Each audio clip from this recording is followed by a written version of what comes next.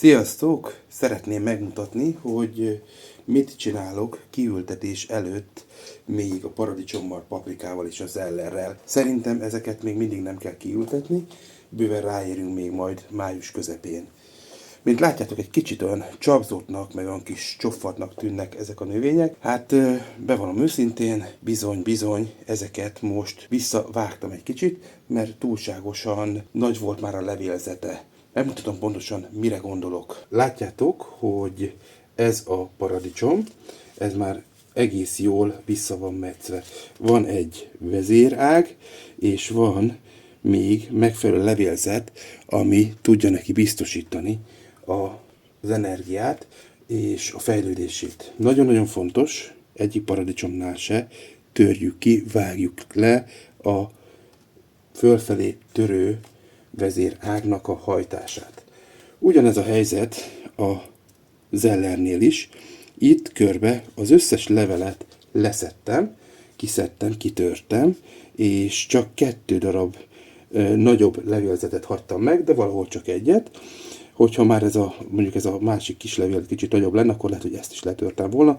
Viszont itt is nagyon figyeltem, hogy ez a vezér hajtás, ezt ne törjem ki.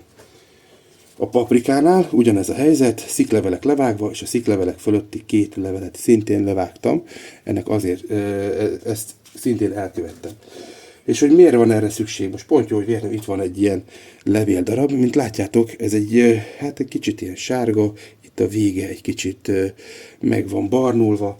Hát ez bizony vagy egy kis betegség, vagy száradásnak az oka, nem biztos, hogy 100% betegség, de valószínűleg csak a sziklevél elszáradt és így került ide, de ezt okozhatta volna bármilyen betegség is, mert ahogy locsoljuk a növényt, az alulról fölverődő földdel nem csak tápanyag, hanem kórokozó is juthat a levélre, ami akár a növényünk vesztét is okozhatja. Na de, hogy hogyan is vágom vissza például a paradicsomot.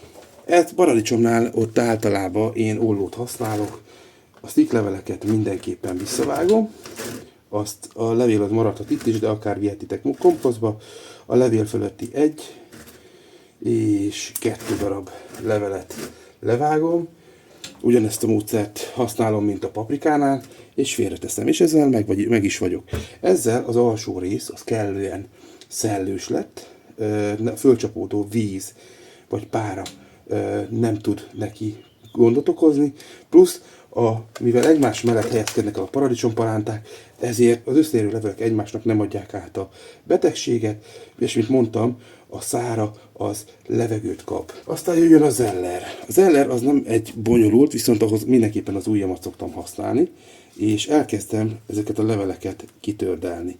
Arra figyelek, hogy tényleg óvatosan járjak el, mert ezt a középső vezérhajtást nem szabad kitörni. És még ezt a nagy levelet, ezt szintén letöröm. Így el is készültem az ellerrel. Ezeket az ellerleveleket nyugodtan föl lehet használni, akár a konyhába, de hogyha úgy gondoljuk, akkor akár tápanyag utánpótlásnak, egyfajta komposzt lének is fel lehet használni, ázaléknak. A paprikánál ugyanezt csinálom, mint a paradicsomnál, sziklevél levág, fölötte 1, 2, és már kész is a paprikánk. Ez nem megnyúlt, ez igazából az alsó leveleit visszavágtuk, hagyjuk, hogy levegőzzön az alsó levele.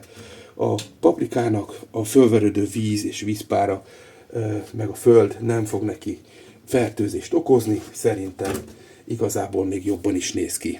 Na de hogy például az ellennél miért kell ez a visszavágás? Ez azért kell az ellennél, mert ezt el is felejtettem mondani, hogy ne a levélzetére és annak kifejlesztésére fektessen nagy energiát, hanem vagy a gumóképződésre, vagy pedig a gyökérképződésre. És még kiültetés előtt inkább a gyökér és gumóképződést erősítsük, ne a levélzetet, és higgyétek el, ez 2 hét múlva szinte semmit nem fogunk belőle látni már, mint hogy kilevágtam a leveleket, mert ugyanúgy fogja hozni majd ezeken a középső részeken a levélzetét, és nagyon-nagyon erős gyökérzete lesz fagyos szentek után, amikor ki akarjuk ültetni.